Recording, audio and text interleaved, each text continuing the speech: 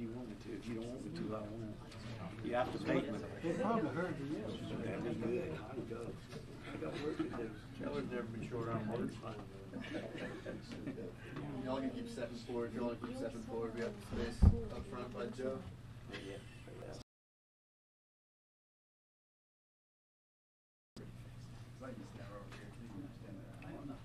Oh, there's keep filling in, keep filling in. How you?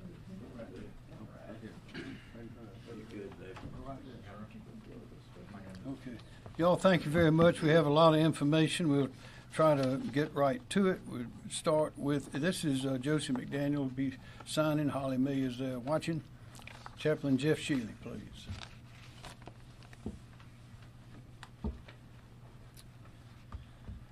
Well, good afternoon, my fellow citizens. At this time, I would invite us to remember the second of our two-state mottos, while I breathe, I hope. So whatever your background or your faith tradition, whatever your convictions, I call on us to pause and to breathe and to trust that wherever there is breath, there is life. And wherever there is life, there will always be hope. And I humbly ask you now to allow me to pray for all of us. Lord God, the tragedy and chaos of life causes us to be afraid and to despair and to grieve. We lift before you these fears, our worries, and our grief in lament and call upon you to hear us. Hear us and help us. Bring us together and unite us so that we use our resources for those who are in need and alleviate the suffering of our citizens. Through our collective efforts, bring justice and create peace. Calm our weary souls and inspire us to the ultimate task of the human experience, the task of service. For there in those places where we serve one another, your breath of life is at work to bring healing and restoration to all people. To you, O God, be all the glory and honor. Amen. Amen. Thanks, Chaplain. Just a few introductory remarks. We do have some numbers. You may have remember some of these on Friday. These are outages, meters. We have about 3 million electric meters in the state. On Friday, we had 1,300,000 out. Saturday, 1,200,000. Sunday had 904,209. And Monday, we had 745,593. So it's going down steadily. As of Sunday, Dominion, to break those numbers out a little bit, had 99,677 meters still out. Duke had 468,647. Santee Cooper, which provides through transmission, their transmission is restored, but the co-ops had 177,269 still out. So we're making progress. Unfortunately, we've now gone up to 29 deaths as of this morning related to the storm, and we ask you to keep those families and loved ones in our prayers. Progress is slow. Again, as you know, one of the things that's slowing us down is the choke points. We got all these electrical lines down. The soil was wet. The trees went over. The winds were adequate to knock the trees down. They knocked the power lines down, so we have power lines tangled up with trees and limbs, and it is dangerous to go in and try to clear that out yourself if you are not a power lineman. That is why the power companies must go in first and assess that before the chainsaw crews can get in. And we have lots of chainsaws ready to go, and more are coming. In fact, as General McCarty will explain, we got more guardsmen going out. We started off with, I think it was about 600. By the end of 500. By the end of this day, we'd be well up to 670. And we have about 140, another company of 140 coming on sometime late today. So we're ramping up all over the state. A couple of things to mention. We ask people not to listen to rumors. don't get your information from these unofficial sources, because 99% of the time they're wrong. And there were a couple of them that were circulating recently and causing fear and concern among people in Columbia, and that is that the Columbia water system was going out, the wastewater as well as the drinking water. Well, none of that's true. It was stated that everyone was evacuating the facility and all that, and I think the mayor and others had a press conference earlier today to knock down those rumors. I spoke to the mayor a minute ago. He says he thinks they got those rumors knocked down, but there'll be another one coming right behind it before long. So please get your information from official sources. And also, another one was there no power company presence in Greenville. Well, if you go on the internet and look at the pictures, don't listen to the words maybe, but you'll see there are power companies all over, trucks all over, as well as people in Greenville. One other thing is this disaster relief. We're getting a lot of calls wanting to know why this county or that county has not been included in the disaster relief. That is because under the federal procedure, although we got the declaration to provide funds for the disaster relief, the counties themselves must send in the information here for us to transmit it to FEMA. It doesn't work any other way. And if incorrect or fraudulent information is sent in, that is a federal crime. So we cannot send in information. Director Stinson can explain this again in more detail, but we can't send it in unless it is sent in to us. And it's got to be accurate. And most of the counties have not sent anything in to us to send in. So county officials, once you get the information, it takes a little while to assess the damages. But once we get that once you get that information, and then we have that information, we'll get it right in. Again, progress is slow due to that choke point that I mentioned. Still a good warning: don't go near those down lines. Don't take a chance. Don't put any sort of equipment in the house running. Don't have your generator going. We've had people die because of that, at least one. Also, we don't think that we're going to have any unusual flooding. We think that the flooding that we'll be having, some of the rivers have already crested and are going down. Others are still building up. In Columbia here, the Congaree will be, I don't think it's crested yet. Maybe it's about to crest. We'll hear about that in a minute. But we don't expect any downriver unusual water going up outside of the floodplain. Also, I mentioned the National Guard. We are fully conversant in dealing with FEMA. We got a call, I think I told you before, Deanie Criswell had called several days ago. President Biden called late yesterday afternoon, and we have embedded with us Brett Howard with FEMA. And so we are working that and getting whatever we're entitled to have or allowed to have. And we've got the whole team on the field. Everybody that is available, even some that usually don't go out in the field, they're all out in the field now. And so we have a great team and because of experience, we got a great working relationship with all these different companies and entities, as well as the various counties. So we're making progress, but again, it's going to take a while because of this situation where the power lines are down. They're tangled up in the trees, and that's slowing us down. That is the main hindrance to getting everything going again. John Quairillo. Thank you, Governor. John Quairillo with the National Weather Service. So I just want to address some of the concerns the Governor brought up with rumors about flooding in Columbia. So understandably, the river flooding in Columbia is an area of concern, especially with people making comparisons to 2015 floods. Well, there is some flooding to homes and roads adjacent to the Broad and Congaree rivers, such as what we're currently seeing in the Riverland Park neighborhood in Casey, for example. The good news is that the rivers, like the Governor had mentioned, are cresting now in the Columbia area. So for reference, the Congaree River at Columbia appears to have crested at 30.58 feet late this morning. This is the 9th highest crest on record and about 1.2 feet below what was observed on the river during the 2015 floods. I think it's important to stress that we don't anticipate any additional significant flooding to occur. Other areas away from the banks of the Broad and Congaree rivers that experienced flooding in 2015 will not see impacts.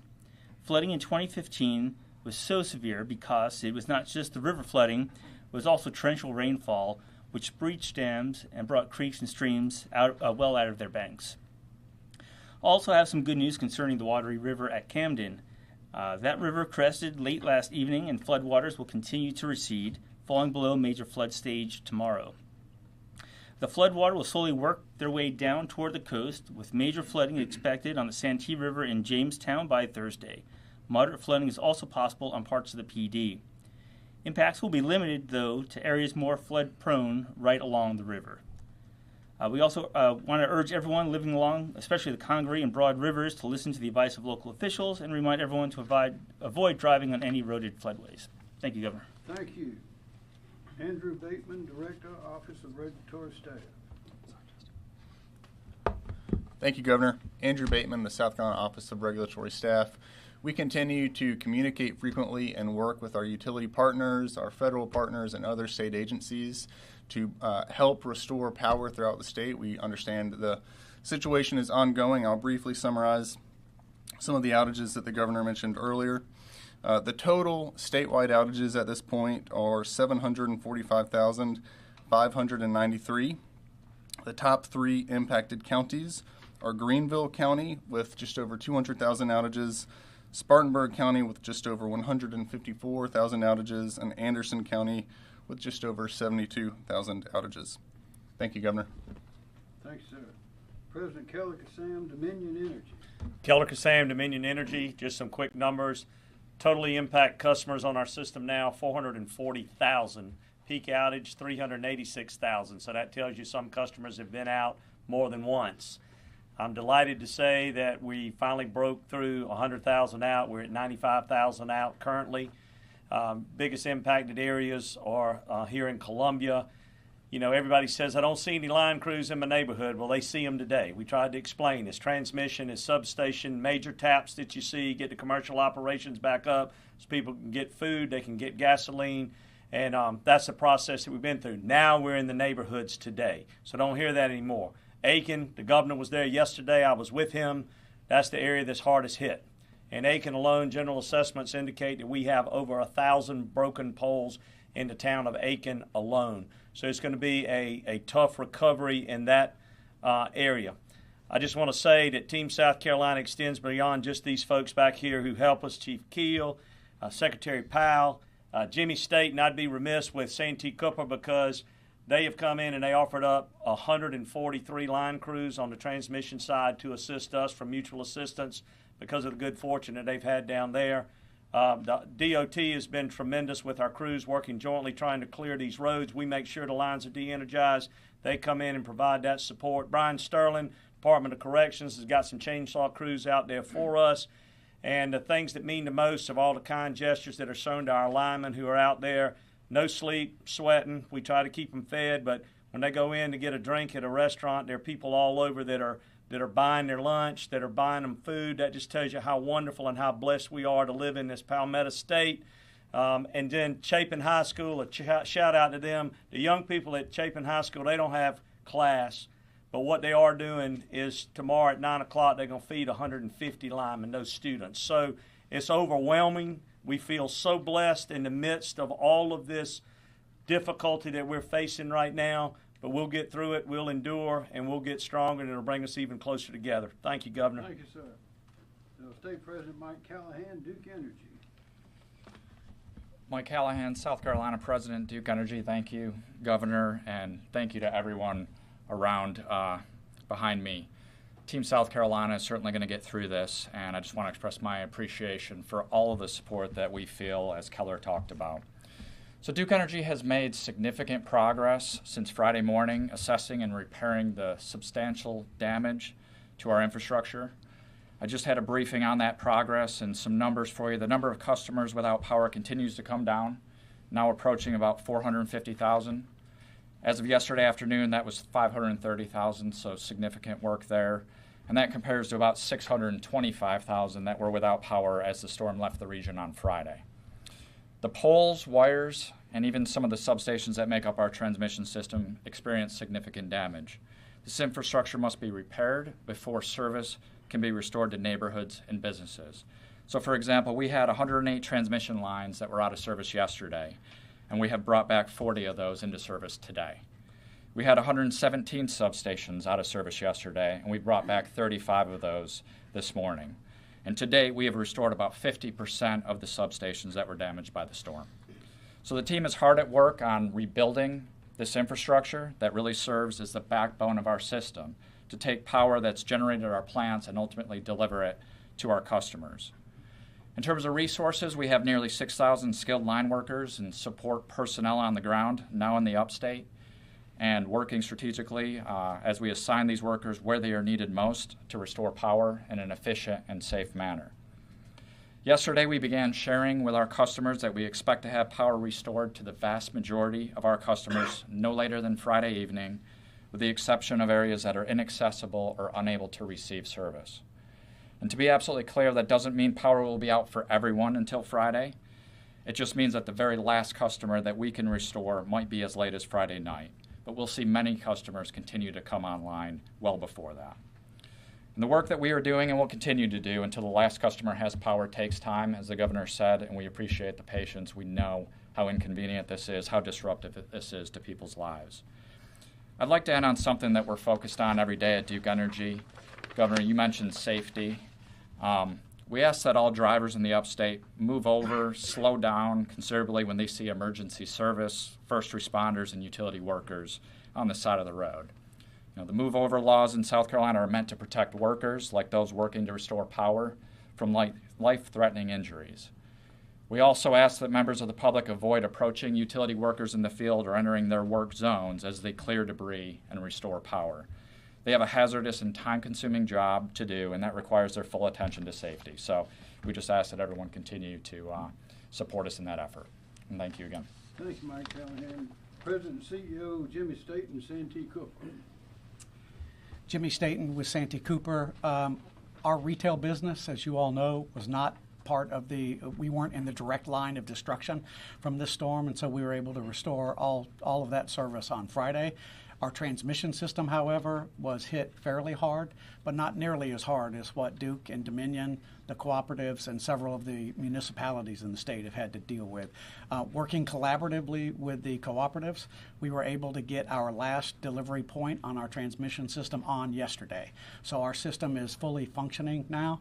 So at Santee Cooper, our thoughts as being a part of Team South Carolina is that we have transitioned from restoration to mutual aid. And we have provided, as Keller said, we've got over 140 folks out working with municipals, working with the most hardest hit cooperatives. We've sent a couple of crews to Keller on the transmission side to help him reestablish service to those folks. So again, we are dedicated to ensuring that our team stays active as long as people are without power in South Carolina. Thank you, Governor. Thank you, Mr. Staten. President and CEO Rob Hochstetler, Central Electric Power Cooperative. Thank you, Governor. Rob Hochstetler, President of Central Electric Power Cooperative. I'm here representing all 19 electric cooperatives of South Carolina. My colleagues have done a good job talking about Helene and the devastation, the utter destruction. I thought I would focus on what makes the cooperatives unique. We serve about a third of the population, about 2/3 of the land mass. We operate in all 46 counties in the state. Our peak count of outages was 425 meters without power. Today, crews are working around the clock. People work in the evening as well. We have more than 300 additional people who have come in from outside the state to join Team South Carolina, coming from many states, through mutual aid. These people come in trained and ready to go to work. Our eastern cooperatives that weren't hit as hard are all helping the western cooperatives put power back in place. I would like to say the cavalry is here, but the cavalry continues to show up. More people are showing up every day from these states, some as far away as Kansas and Iowa. As Mike mentioned, it could be a week or more for some people to get their power back, but people will be getting power back during that time. We serve some of the most rural and remote parts of the state, and that takes time to get there. The exception being those very limited places where there just is utter destruction. This is unprecedented damage.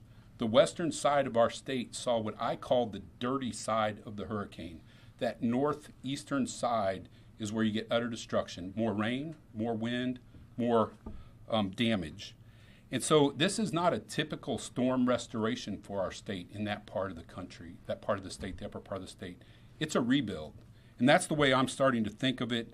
It is harder to rebuild in mountainous areas than it is where it's flat. We're still assessing damages in those areas that we cannot get to because of the thousands of trees down. But just a couple of stats.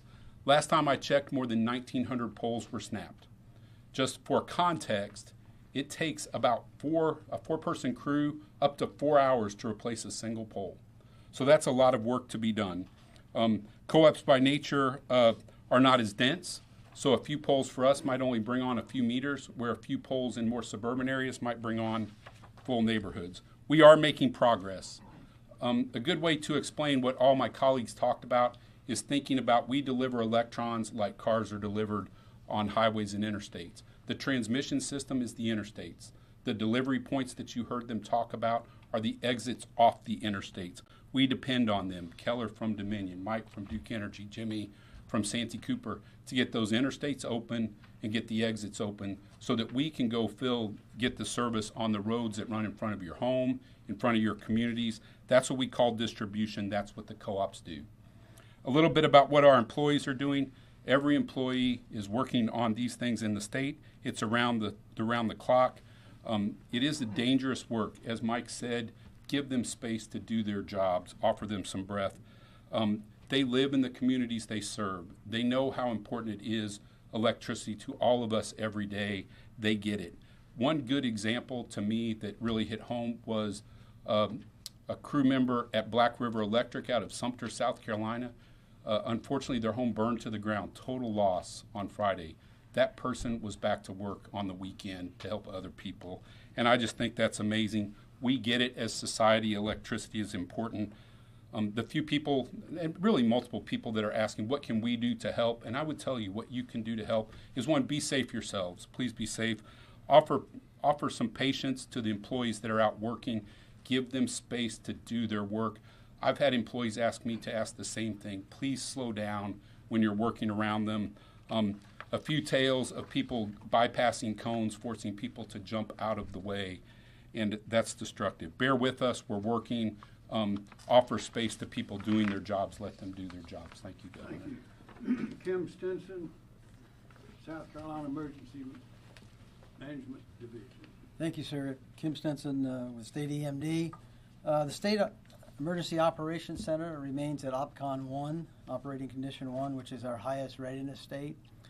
The top State Emergency Operations Center priorities right now are maintaining communications, clearing roadways, power restoration, shelter operation, and food and water distribution. We have 10 of our personnel that are deployed to the heaviest impacted counties here in South Carolina, and we continue on a constant basis to closely coordinate with the county emergency management personnel. At the county level, they currently have 10 counties at operating condition 1, which is the highest level of alert, 11 at operating condition number 2, which is the enhanced level of awareness, and 25 are at operating condition 3, which is steady state operations. Their operational focus includes, similar to ours, power restoration, road clearing operations, shelter, and food and water distribution. Damage assessment is ongoing in the affected counties, but we do have some preliminary data. On the residential side, we've got 15 counties that are reporting 519 damaged homes, of which 21 are destroyed and 200 with major damage. Public assistance costs, that's the infrastructure damage and emergency protective measures, are being reported by 36 counties for a total right now of $14 million. And then county governments, right today, we're closed in 14 counties with 1 county on delay. In the logistics area, our Winsboro warehouse is operational with food, water, and tarps. Contracts for general logistics, transportation, fuel, and food have been activated. So far, we have actioned 450 requests, of which 145 have been completed and 305 are in progress. The most requests are for food, water, fuel, and chainsaws. And under the Emergency Management Assistance Compact, we received 2 search and rescue teams from Louisiana. We also have our public information phone system is operational for residents to call in with any questions, and the number is 1-866-246-0133. On the federal side, an expedited major disaster declaration for South Carolina for Hurricane Helene was received last night. And the expedited declaration includes 13 counties for individual assistance. That's Aiken, Anderson, Bamberg, Barnwell, Cherokee, Greenville, Greenwood, Lexington, Oconee, Newberry, Pickens, Saluda, and Spartanburg counties. Then 12 counties for public assistance, and that's debris and emergency protective measures, were Aiken, Anderson, Bamberg, Barnwell, Cherokee, Greenville, Greenwood, Oconee, Newberry, Pickens, Saluda, and Spartanburg counties. All counties are also eligible for funding under the Hazard Mitigation Grant Program, which funds mitigation projects designed to limit the effects of future disasters, and that can range from wind retrofits to elevating homes. Counties can be added later for both individual or public assistance once damage assessment activities have been completed.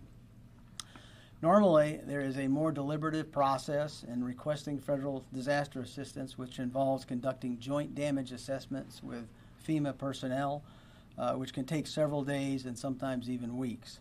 As an example, joint damage assessments with FEMA following Tropical Storm Debbie in August took nearly 2 weeks to complete.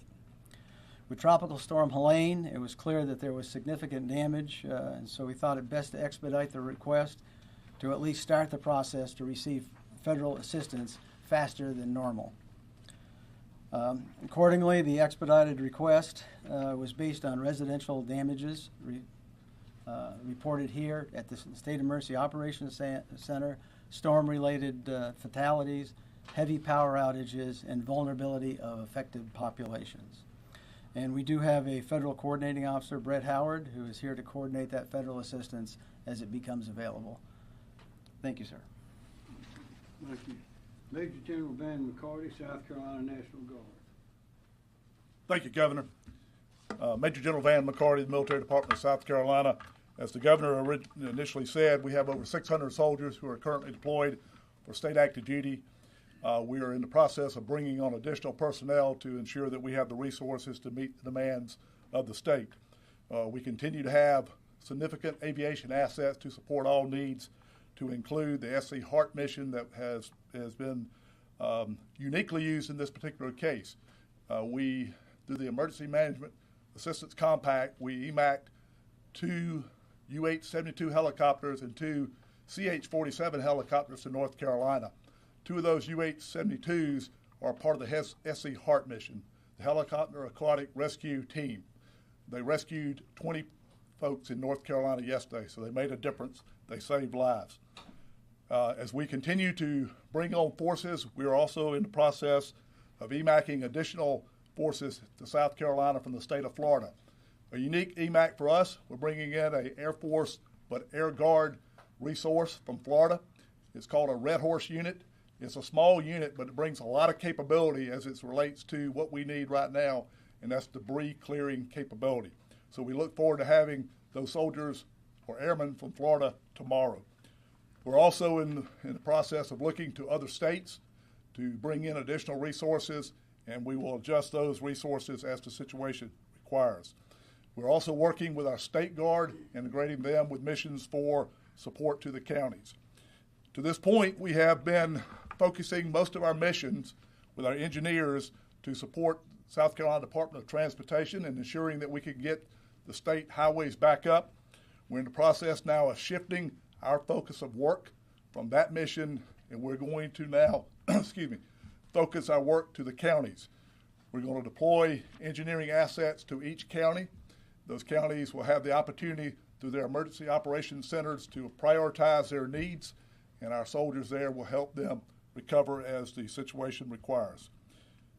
We're in good standing here in South Carolina. We have plenty of resources both in the South Carolina Guard, and we can certainly reach out to other states and to Title X to help us in the recovery process. Team South Carolina will get through this. Thank you. Thank you. General Secretary Justin Powell, Department of Transportation. Thank you, Governor. Justin Powell, Secretary of the South Carolina Department of Transportation. SCDOT is not slowing down, but is in fact speeding up with our recovery from the tropical storm Helene. Our workforce is fully engaged and continues its 24-hour operations in response to this. To date, we now have 87 additional DOT and contractor crews that have been moved into the affected area. That's up from 60 crews that were available yesterday. Continue to do that, and we will continue to send additional people and equipment into the affected areas until we get the job done.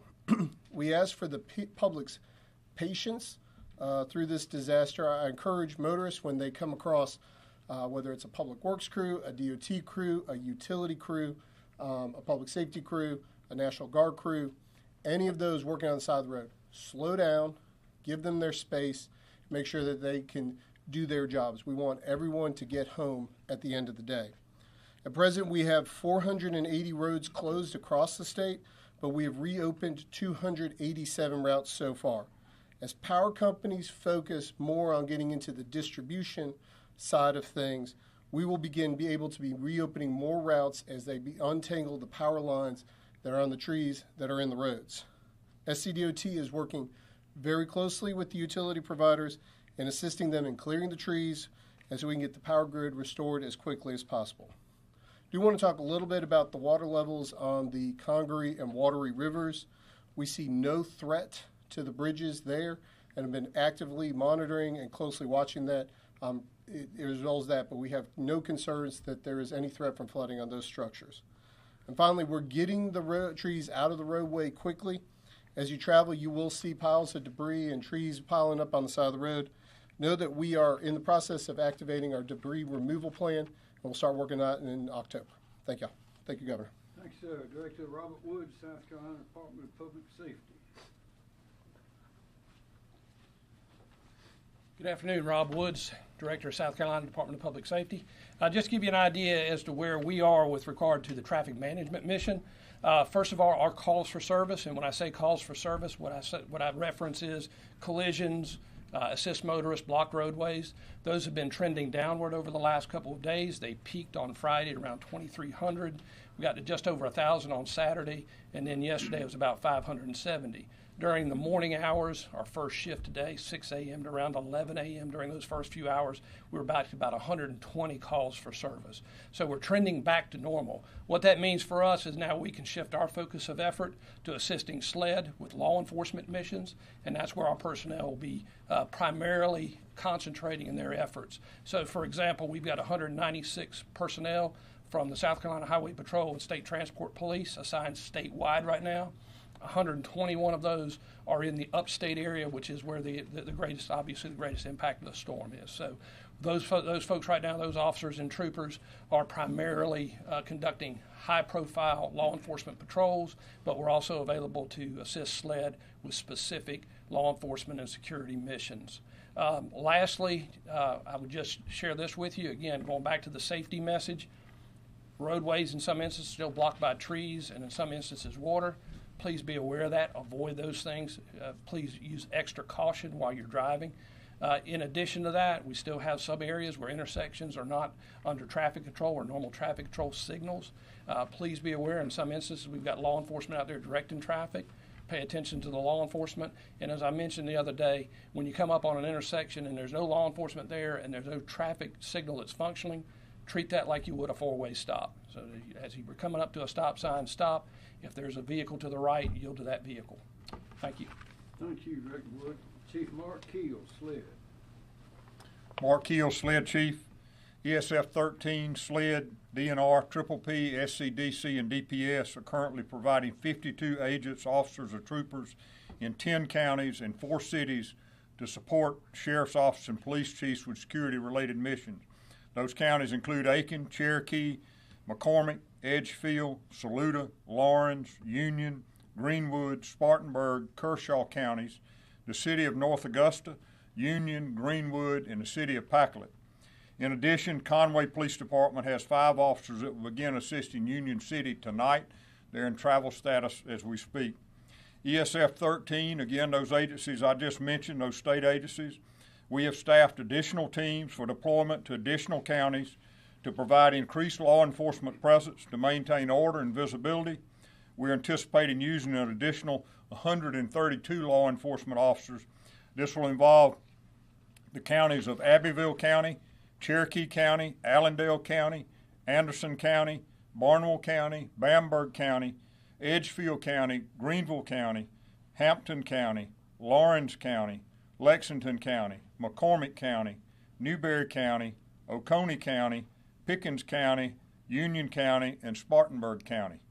We're also assisting with food drops and distribution locations to secure those resources until they are distributed out to the citizen.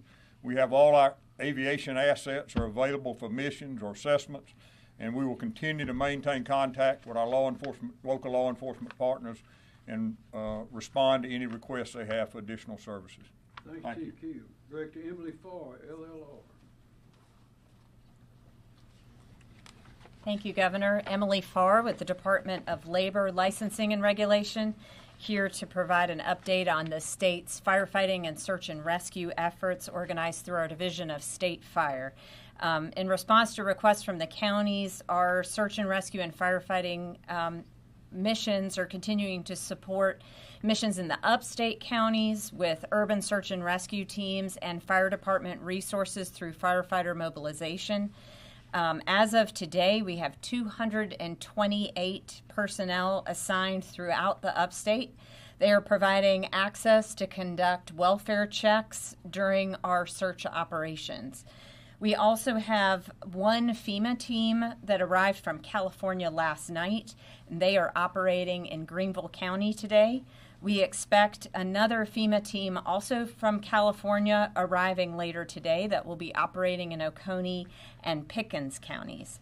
I did want to make note of some really important safety notes during this time. Anytime that we see power outages, there's always concerns about generator safety and using candles. So really important messages for those of you using generators or for your neighbors or friends that may be using them.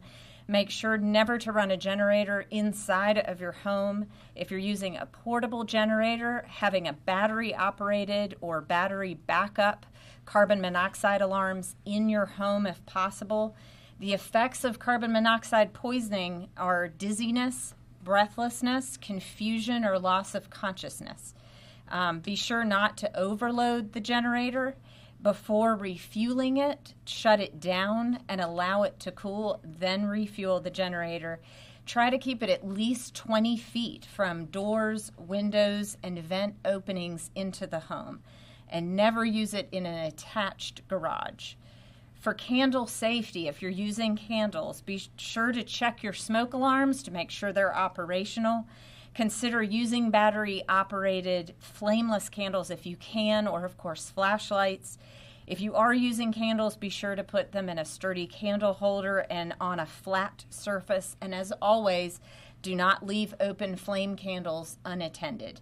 We're working really hard to push this message out as much as we can in partnership with EMD and others, but these are very important safety notes for all of our folks without power. Thank you, sir. Thank you, Director Farr. State Forester Scott Phillips. Good afternoon. The Forestry Commission is currently continues to support road clearing operations in the Piedmont of South Carolina. Our incident management team continues to support EMD's points of distribution mission, which is delivering food and water to affected areas within the state. The agency is also working on a damage assessment for South Carolina. We got airplanes in the air currently looking at what is the damage to our forest in South Carolina. We are implementing a state forester's burn ban effective tomorrow morning. So Tuesday, October 1st at 6 a.m. The purpose of that burn ban is to relieve strain on first responders that are currently out there working in the field. As the governor said a while ago, we need to keep all the players on the field out there. And so we don't need to be pulling away our firefighters from road clearing missions or emergency response to go to fires, debris fires in somebody's yard. We will reevaluate the need for that burn as power and access are restored into the damage affected areas. Thank you. Thanks, sir. Director Mike Leach, Department of Social Services. Thank you, Governor. Mike Leach, DSS. As of 2 p.m. today, South Carolina currently has 16 total shelters open, 10 general population shelters, and 6 medical needs shelters open across the state, supporting around 206 individuals. Currently, we continue to work with Department of Public Health with operation of these sites with Red Cross and a few other organizations. And we continue to work on feeding programs. We have a mass feeding sites currently available in the following areas: Aiken County, which is servicing Aiken, Edgefield, and Barnwell counties, Saluda County, and the southern part of Richland County, Gadsden area. And those are being operated by the Salvation Army. And just want to thank the communities and churches and businesses that are working with their local communities and the citizens to make sure that there is feeding and water. Thank you. Thank you. Dr. Edward Seymour, South Carolina Department of Public Health. Thank you, Governor. Good afternoon. Dr. Ed Simmons, South Carolina Department of Public Health. First, wanted to give an update on our healthcare facilities. Thanks to great work from our utility partners, all of our hospitals have had power restored and are fully operational and open, so that's very good news. We still have nursing homes and assisted livings and other facilities that are running on generator power. We are working closely with them. All of their patients are being well taken care of. They have adequate food and fuel, and we, again, are checking in on them regularly. From the medical needs standpoint, Director Leach mentioned that we have the medical needs shelters. Those are for people who have medical equipment and need a secure source of electricity to run that medical equipment. If you think you might be needing one of those, please call us at 1-855-472-3432. Again, 855-472-3432. We will work with you to identify what your needs are and then get you to one of our shelters if that's appropriate. I will also note we know there's a number of people who need medical oxygen, and that has been a challenge. We have secured a supply of medical oxygen, the small bottles, the personal size bottles of those, and are currently transporting that to the upstate in a number of different areas and working with our counties and the medical facilities up there to develop a distribution plan, and you'll be hearing more about that very soon. Finally, just a couple of public health issues to be thinking about. One is food safety. If you have food in a refrigerator or a freezer without power, it's time to throw it out. Please make sure you put it in a secure container so wild animals don't get into it, but that food is no longer safe and unfortunately needs to go. Also, please make sure that if you have standing water that you're able to drain, get rid of that. We're very concerned about mosquitoes and mosquito-borne illness after this storm. The less standing water we have, the less mosquitoes we will have. And finally, if you're working in your yard, you're working to clear debris, be careful of heat illness. The heat index is going to be in the mid-80s in the upstate the next several days. That's certainly hot enough if you're working hard to develop heat illness. Make sure you're drinking water, taking frequent breaks, and if you start to feel overheated, find a cool location to cool off so you don't succumb to heat illness, which can have serious outcomes. With that, sir, thank you very much. Thank you, Ed Seymour. Interim Director Myra Reese, South Carolina Department of Environmental Services. Thank you, Governor. Good afternoon. Myra Reese, Department of Environmental Services. The team at DES have been very laser focused on the following areas of responsibility and priorities, beginning with dams. Our dam safety program is not aware of any significant issues with our state-regulated dams because of Helene. We are continuing our post-storm assessments, and as a reminder, we were looking at the dams that were located in counties that received significant rainfall greater than 8 inches, and we identified about 200 dams. The counties they are located is Pickens, Greenwood, Lawrence, Oconee, Abbeville, Aiken, Anderson, Edgefield, and Greenville. We have assessed the condition of about 104 dams. 45 of those we were able to get to the site and have staff assessments. The remaining 59 were self-reports from the dam owners. The concerns with overtopping of dams have greatly diminished. However, debris accumulations in spillways is a concern both now and in weeks to come as runoff from rainfall washes into reservoirs, including limbs and debris. So this is a message to our dam owners. We're asking you to continue monitoring water levels and continue to ensure spillways are clear and free of debris. In addition, you should also monitor for voids in the dams created by fallen trees. If voids are noted or any assistance is needed for our dam owners, please contact our dam safety staff at 803-898-4050.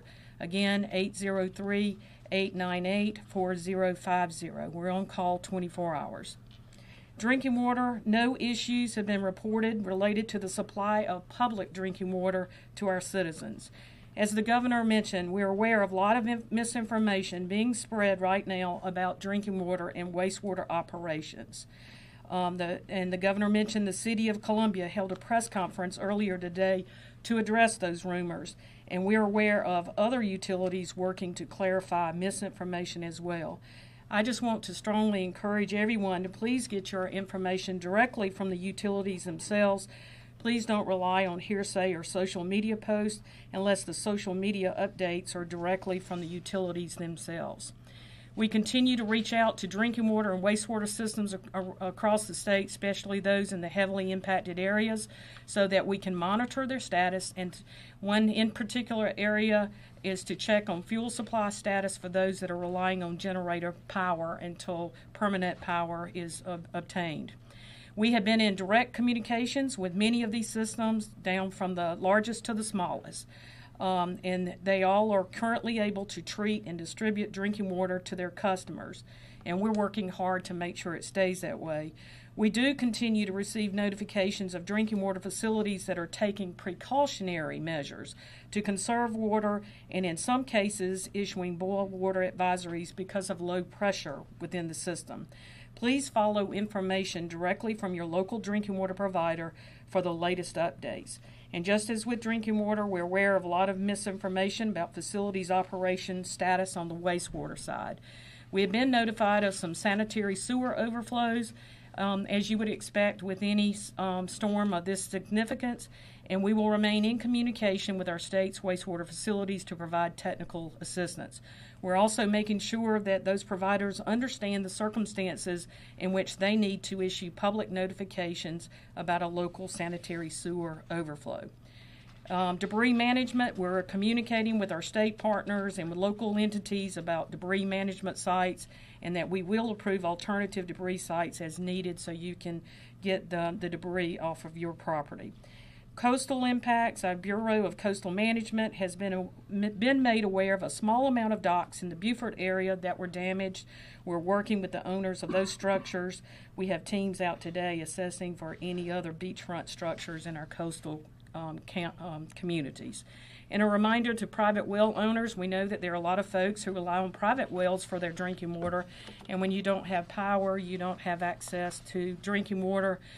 We also know that your well could have been impacted by flood waters, and so we just want to encourage you to contact our private well hotline at 1-888-761-5989.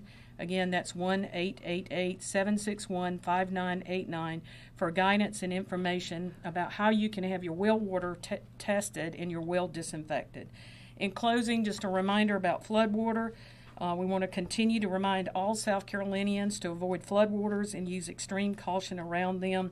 As you are aware, there are many harmful things that could have an impact on your health, and we'd like you to be reminded to take precautions. Thank you.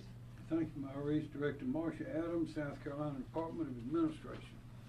Yes, good afternoon. Marcia Adams, South Carolina Department of Administration. And I'm going to update you today on donated goods. And I first want to say thank you to all the citizens in the state and those outside of the state for their many offers of assistance. We're continuing to work with counties to determine their needs for donated goods and volunteers, and just want to thank everyone for what they are doing to help South Carolina. Because donations of products for disaster relief require transportation and warehousing, the most effective donation is usually a monetary donation. Charitable organizations assisting South Carolina victims can use those donations to purchase, locally if possible, the exact items those victims need to recover.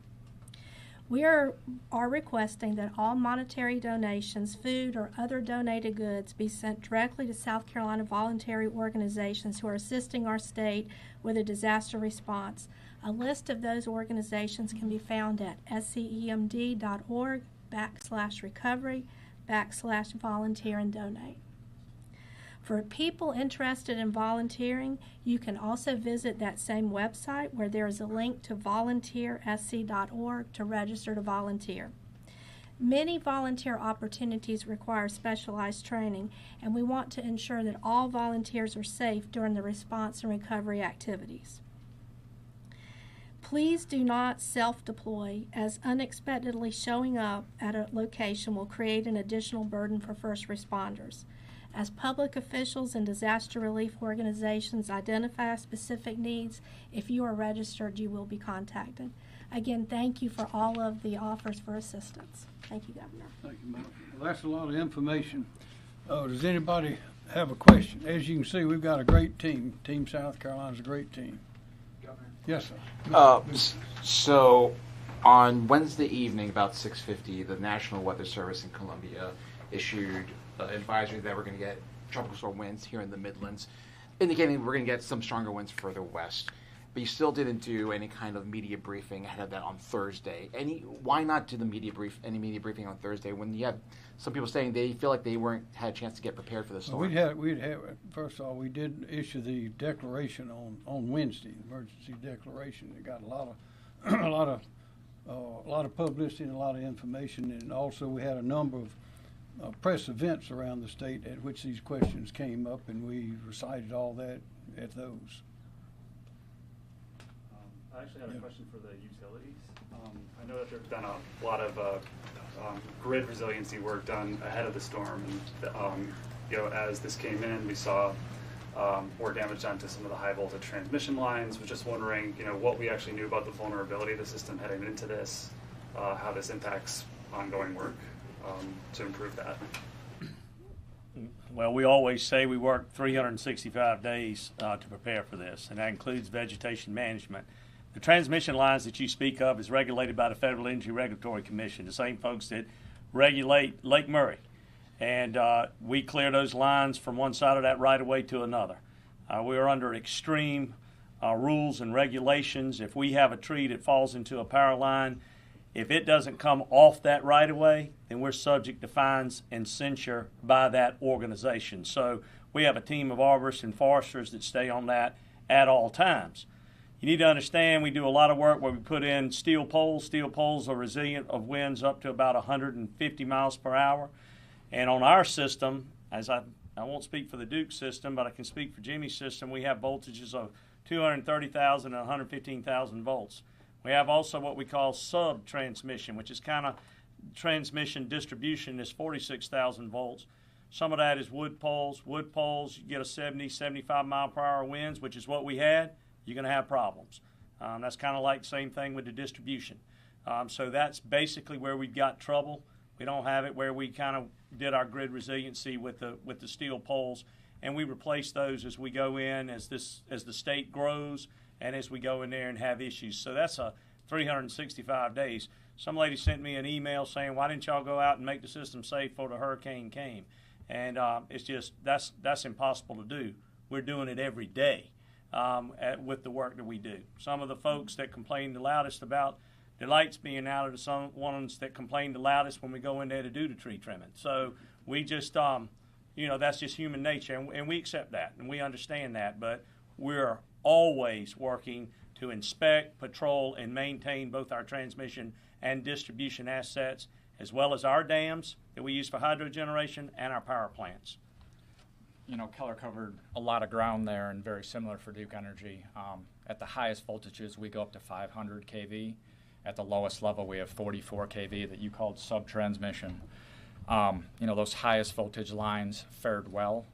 But the level of destruction that we're seeing in the upstate is a level that we haven't seen